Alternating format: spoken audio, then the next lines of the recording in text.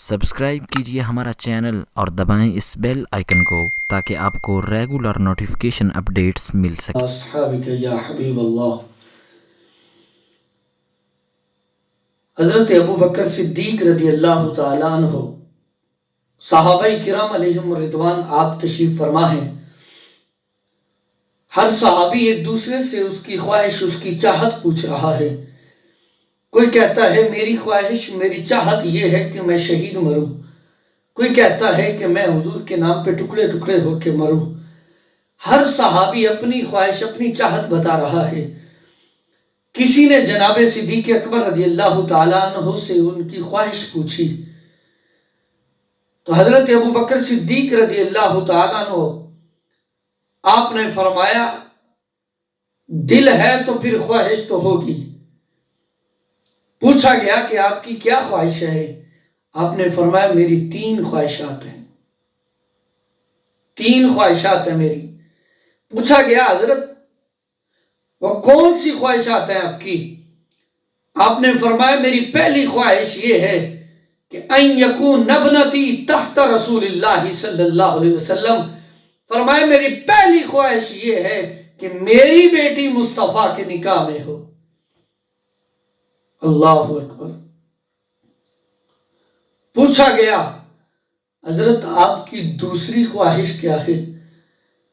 تو آپ نے فرمایا میری دوسری خواہش یہ ہے کہ وَإِنفَاقُ مَالِي عَلَى رسول اللہ صلی اللہ علیہ وسلم۔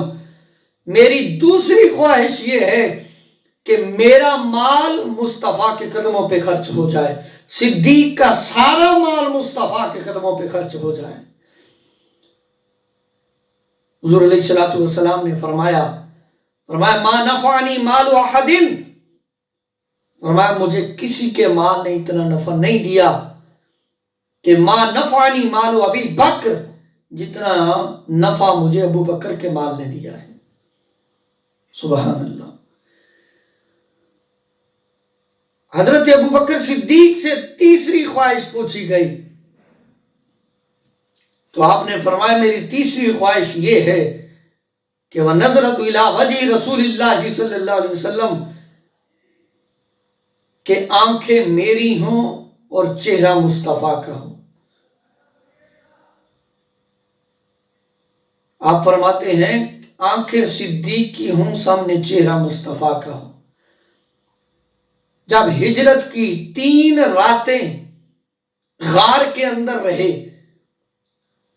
تو حضرت ابو بکر صدیق کی یہ خواہش تھی کہ آنکھیں میری ہوں اور چہرہ مصطفیٰ کا ہو۔ تو ہجرت کی 3 راتیں جب غار میں رہے تو مصطفیٰ کریم علیہ السلام نے ارشاد فرمایا ابو بکر تیری خواہش ہے نا کہ آنکھیں تیری ہوں اور چہرہ مصطفیٰ کا ہو، ابو بکر آج رج کے میرا دیدار کر لے۔ اللہ اکبر۔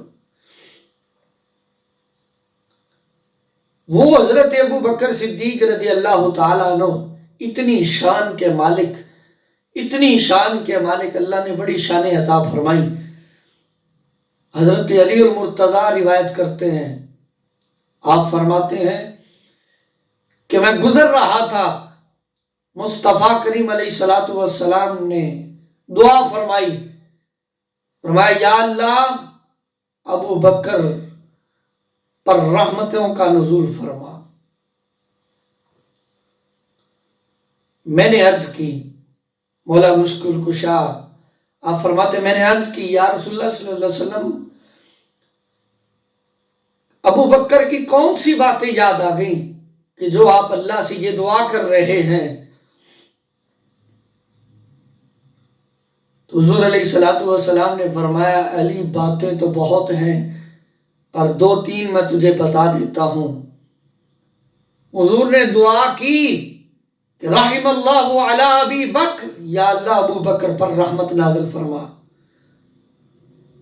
حضور نے فرمایا پہلی بات یہ ہے، میں اس لیے رحمت کی دعا کر رہا ہوں، پہلی بات یہ ہے کہ زوجنی ابنتہ، ابو بکر نے اپنی بیٹی کی شادی مجھ سے کر دی، اس لیے وہ مجھے بہت پیارا لگتا ہے۔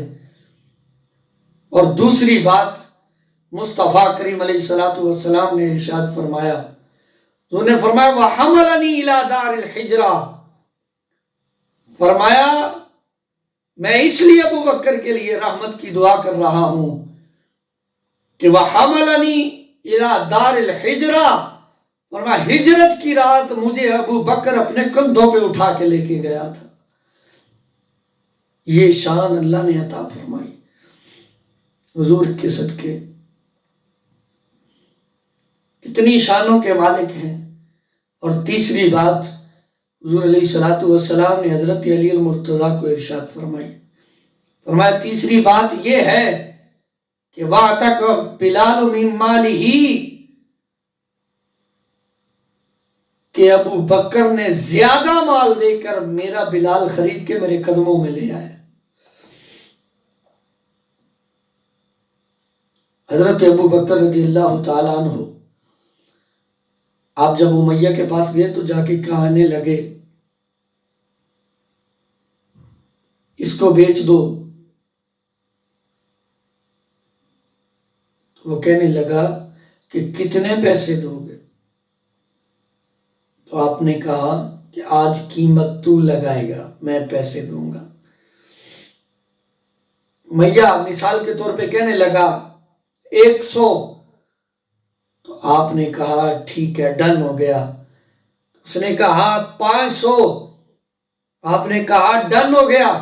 اس نے کہا وہ آپ کا غلام بھی 10,000 اور یہ سونا بھی، آپ نے کہا ڈن ہو گیا۔ اس نے کہا یہ لو بلال۔ تو وہ بیٹھ کے ہنسنے لگا امیہ کہتا ہے ابو بکر میں تو سمجھتا تھا کہ تو عرب کا بہت بڑا سمجھدار ہے، تاجر ہے، کبھی گھاٹے کا سودا نہیں کرتا، لیکن آج تو نے گھاٹے کا سودا کر دیا ہے۔ ابو بکر رضی اللہ تعالیٰ عنہ آپ فرماتے ہیں کہ میں نے گھاٹے کا سودا نہیں کیا، آج گھاٹے کا سودا تو نے کر دیا ہے، آج میں نے تجھے لوٹ لیا ہے۔ کیونکہ جس کو مصطفیٰ نے پسند کیا ہے، جس کو مصطفیٰ پسند کریں، ابو بکر جب خریدتا ہے تو پھر اس میں گھاٹا نہیں ہوتا، نفع ہی نفع ہوتا ہے۔ یہ حضرت ابو بکر کی شان ہے، بہت بڑی شان کے مالک جناب ابو بکر صدیق رضی اللہ تعالیٰ عنہ۔ کریم آقا علیہ الصلوۃ والسلام حدیث پاک میں ہے حضور کی طبیعت مبارک ناساز تھی، صحابہ کرام علیہم رضوان کو حضور علیہ الصلوۃ والسلام نے فرمایا مروا ابا بکر فلیصلی بالناس، فرمایا ابو بکر کو کہو کہ لوگوں کو نماز پڑھائے۔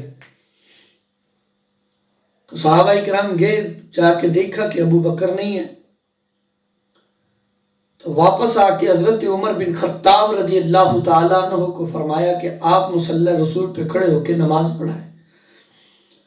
حضرت عمر بن خطاب جلالی تھے، آواز میں دبدبا تھا، جلال تھا۔ جب مصلی رسول پہ کھڑے ہوئے، اللہ اکبر کہا، آواز عمر بن خطاب کی جب مصطفیٰ کے کانوں میں پڑی تو صحابہ فرماتے حضور اپنی چارپائی سے اٹھے، اٹھ کے مسجد میں کھڑکی تھی وہ کھولی، اپنا سر مبارک باہر کیا، اور جب دیکھا کہ عمر مصلی پہ ہے تو حضور نے فرمایا لا لا لا، نہیں نہیں، ابو بکر کے ہوتے ہوئے عمر نماز نہیں پڑھا سکتے۔ سیاست تو بعد میں ملنی تھی، حضور کے جانے کے بعد سیاست ملنی تھی، یہ حضور کی حیات مبارکہ میں حضور نے فرمایا کہ جو ایسا کرے ابو بکر کے ہوتے ہوئے، فرمایا اللہ بھی اس کا انکار کرے گا، مومنین بھی اس کا انکار کریں گے۔ تو جب عمر بن خطاب نے یہ بات سنی فوراً سلام پھیر دیا، اندر بات کچھ اور ہے. نماز تو وہ خدا کی پڑھ رہے تھے، لیکن کہا کہ جو مصطفیٰ کو پسند نہیں تو پھر وہ عمر کی نماز کیسے ہو سکتی ہے.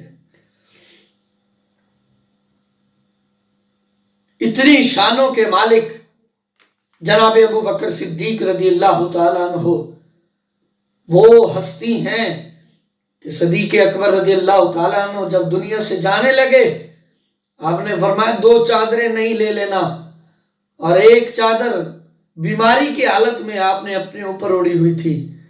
ہم نے فرمایا ایک یہ چادر دھو کے مجھے کفن دے دینا.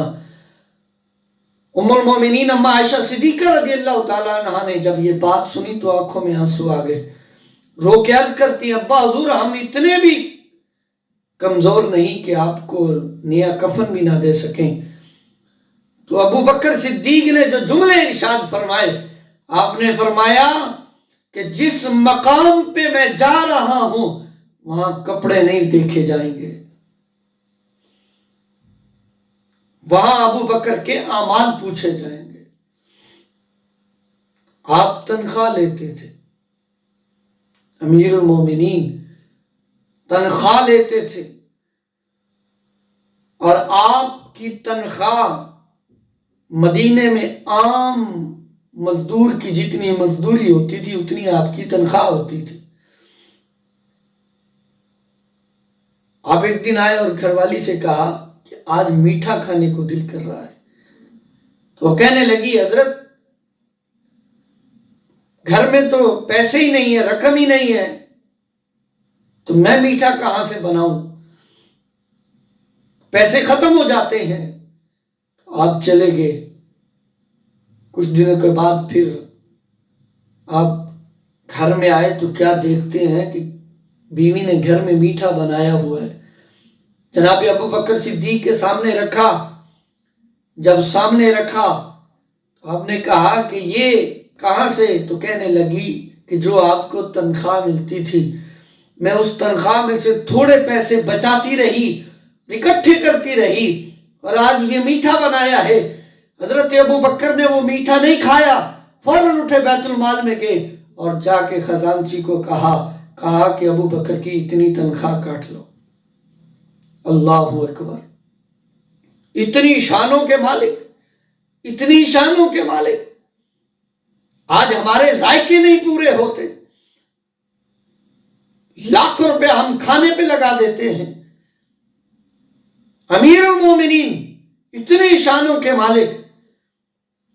ارے دیکھو عمر بن خطاب رضی اللہ تعالیٰ عنہ 36 پابند لگے. جب بڑھیا کے گھر گئے تو حضرت عبداللہ ابن مسعود اور حضرت علی المرتضیٰ آئے اور آ کر فرمایا امیر المومنین جب یہ الفاظ بولے تو بڑھیا کی آنکھیں کھل گئی. تو کہنے لگی امیر المومنین اور آپ نے فرمایا بڑھیا